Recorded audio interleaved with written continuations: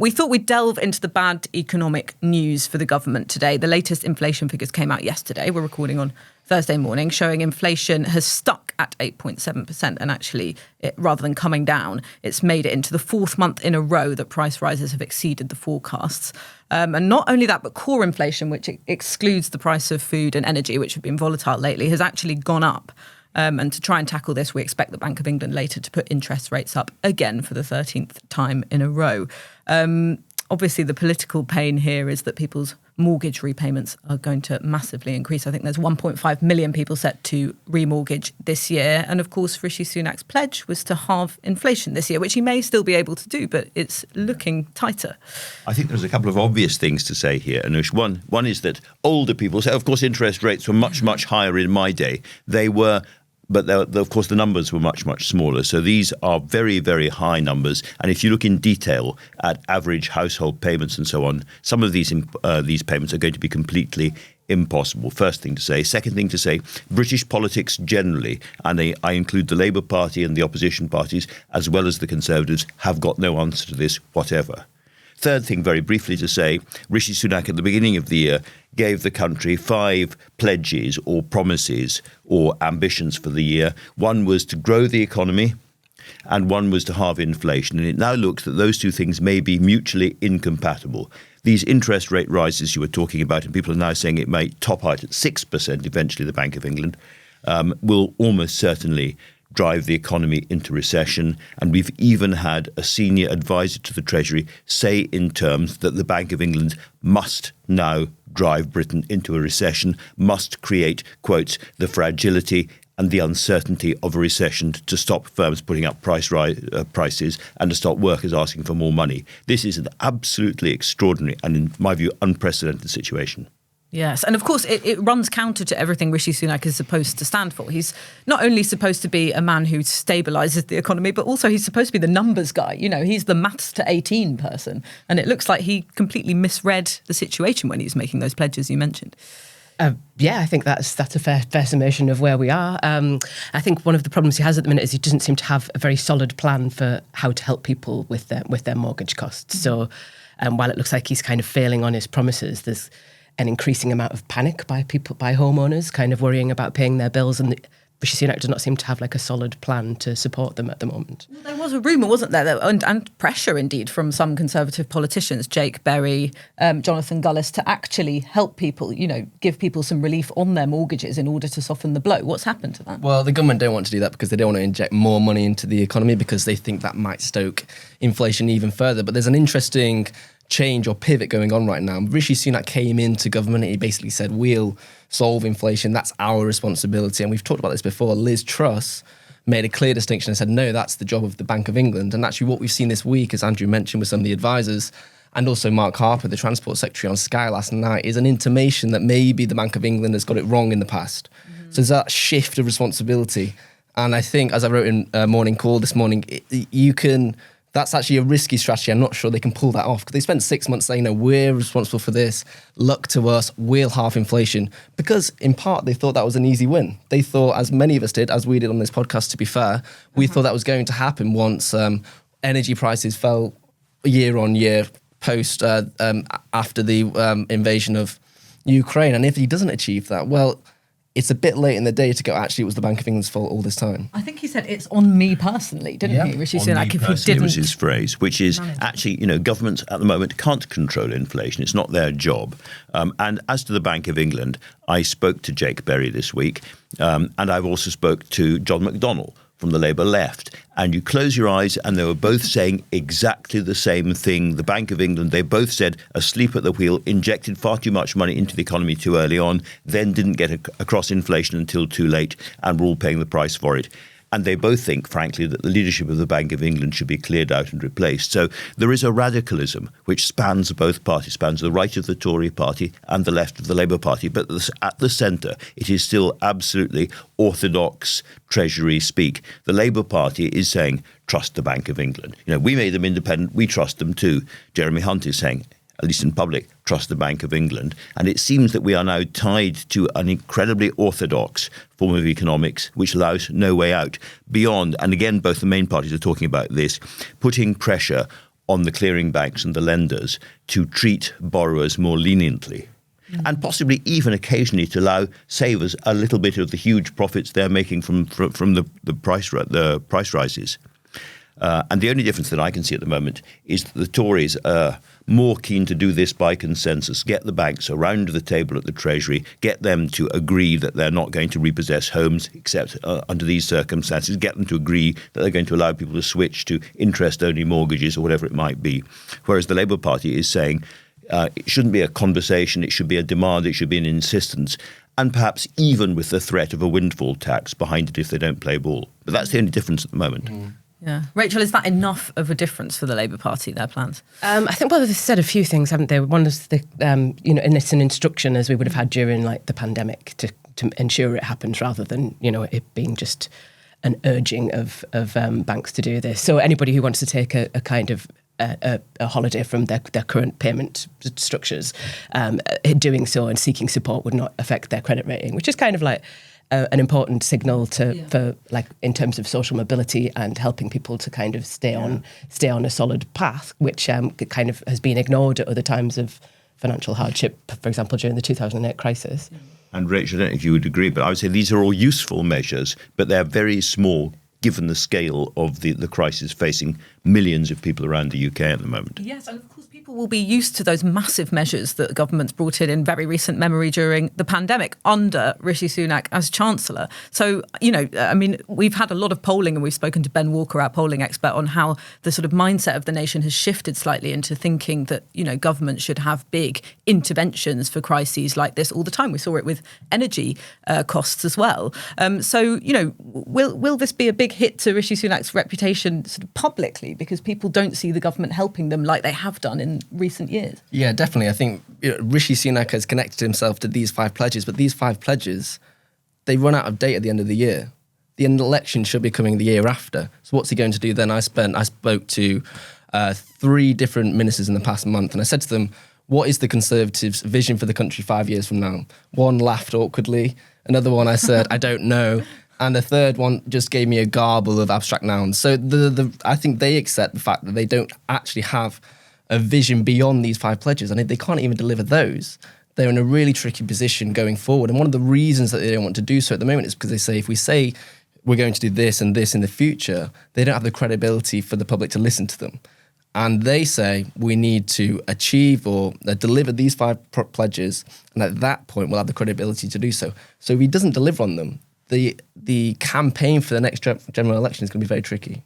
Yeah. And it's remarkable how at the beginning of the year, everyone thought that he'd picked 5 pledges that would be easily achievable.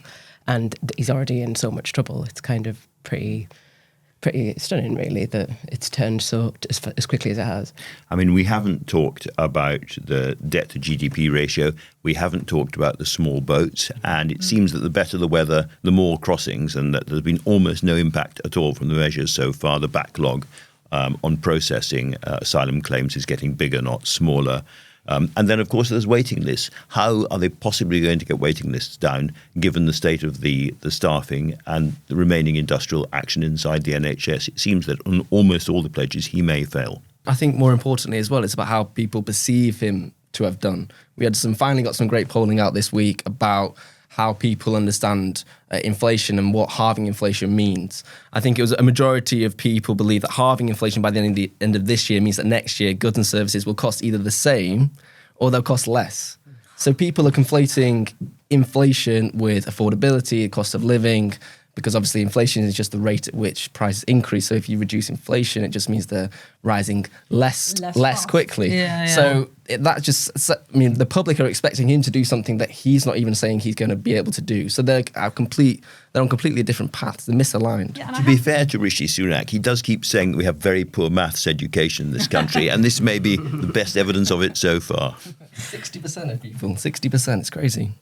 I have to say that, that feeling of the government being completely out of touch with people's experience of what's happening is very stark. I was in Newcastle and Jarrow yesterday doing some reporting, and I was going around food banks, and this is people's real experience of this. They have empty cupboards. They're having to go to food banks week after week now, whereas usually it would have been a one-off or a first time.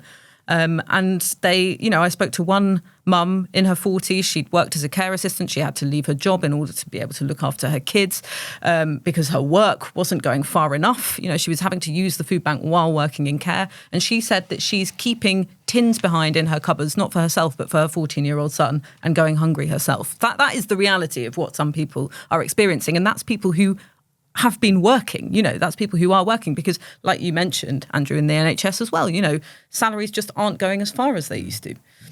Yeah, and one of the biggest problems we have, actually, we haven't talked about, is food inflation. That's the thing that is getting more expensive more quickly. And we've seen some of the Monetary Policy Committee kind of put that at the door of Brexit essentially, and pressure on supply chains. And there are so many long-term problems that are all coming home to bite at this very point. It kind of does feel that politicians are all a bit useless at the moment. Because you can't kind of change our level of productivity over the last 10 years. You can't kind of change the level of economic growth we've got this quickly within 1 year. You're not going to be able to solve all of these problems. And they all just feel very at a pinch point at the moment. I remember speaking to a Bank of England economist who was saying, the government can't really do much about inflation, but what it can do is introduce policy that mitigates the impact of inflation, particularly on those who are the most vulnerable, like the people who I was meeting yesterday.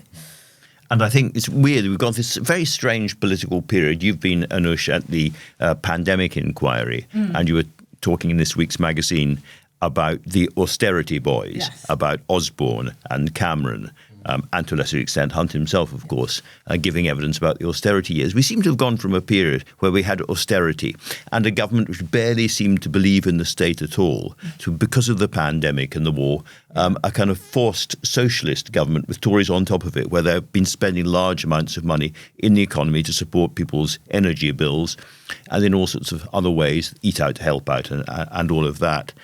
And that may have created an assumption in the country that if there is a problem, in this case mortgages, a really big government spending plan is the answer. Yeah, absolutely. And it was interesting. Which eventually becomes unsustainable. Yes, exactly. Because I was at the inquiry and it did feel very jarring, the defence of austerity in this era of, as you say, expectation of big government interventions and a robust state that is resilient enough to cope with crises like the ones that we're going through. Which leads us, and I saw Freddie shaking his head very gently at what I was saying, so I'll let him come in just a second, but leads me to my obsession at the moment, which is the sheer horrifying scale of the challenge ahead for the future Labour government, because I think there will be a Labour government. That's the way things are going. There's almost a fatalism inside this government. They know what's going to happen in the election. They know, as Freddie was saying, they haven't really got a plan for the next 5 or 10 years. It's kind of over, this period of Conservative England. But Labour are going to come in and they're going to inherit awesome problems. And at the moment, they are sticking very, very strongly with an orthodox economics, which may not be able to see them through. Yeah, I think this is one of the problems, that Labour are trying to claim the mantle of fiscal responsibility, but what they say now impacts what they can do if they do get elected. And that's one of the concerns. If you do set these guardrails around fiscal policy, around the natural debate of economics, then you almost have to live up to them when you're in government. If they do want to shift the dial, make our debt conversation much more long-term, make it about economic growth, say that if you invest in the economy and then you get a return 10 years, 20 years down the line, that makes sense. Then they need to be careful at the moment about going so hard on the government for spending, going so hard on fiscal responsibility, and being so cautious in their language, because they might, in the end, create guardrails that they don't want to abide by. Well, that's why I think they should stop talking about the tax burden. Yes. Talking about tax in a negative way, because they are obviously going to have to introduce taxes to pay for some of the things that they will desperately need to do when they get into office. And I think you talked about a fatalism on the Tory side. I think there is a little bit of that on the Labour side, in the sense that I've spoken to MPs who have said, I think people expect that for us, that when we get in, which we think we will, we're going to be able to make, tangible changes in people's lives quickly. We're not, because the money isn't there. And I think there's a bit of nervousness there, as well as, an anticipation that they will finally be back in power again.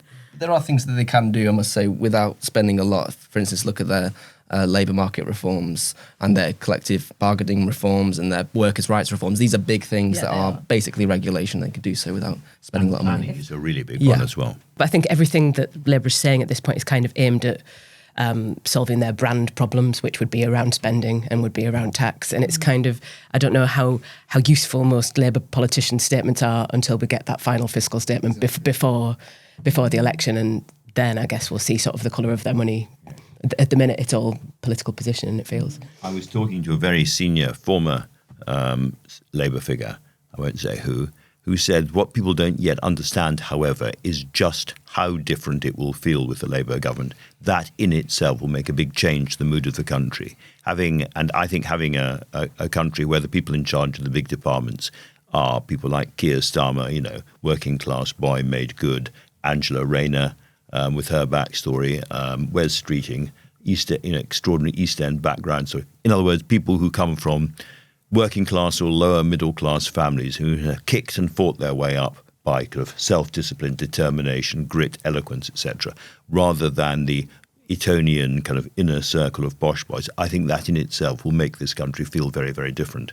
Economics still matters more than any of that, but it's an important change we shouldn't forget. Yes, actually, I was speaking to Wes Streeting for a different piece that we're running soon, and he was making that point that when Labour gets in, there will just automatically be this sort of warmth towards the NHS, for example. That's part of his brief, that will, encourage some people perhaps to come back and work in the NHS who have left it. I mean, it sounded quite optimistic to me, but I think, that is the optimistic view of coming into government with not much money to spend. We shouldn't overplay the fact that the Conservatives have been damning or criticising the NHS. They also recognise that it's a national religion or whatever. They often praise it, so I don't think you can't place too much emphasis on the rhetoric and the vibes of it all. I think that he was basing that point on vibes, because I said, would you give more money to people to come back? And he was like, well, everything has to be might be fully slightly more costed. important. Yeah. Thanks so much for watching. We'd love to know what you think. Please make sure you leave your comments below. And if you enjoyed watching this podcast, you can watch more of our videos on our YouTube channel. And don't forget to like and subscribe. Brought to you by Canaccord Genuity Wealth Management. Experienced wealth managers who go above and beyond to guide and support you. Can do is more than just an attitude. Can do is navigating today for a brighter tomorrow.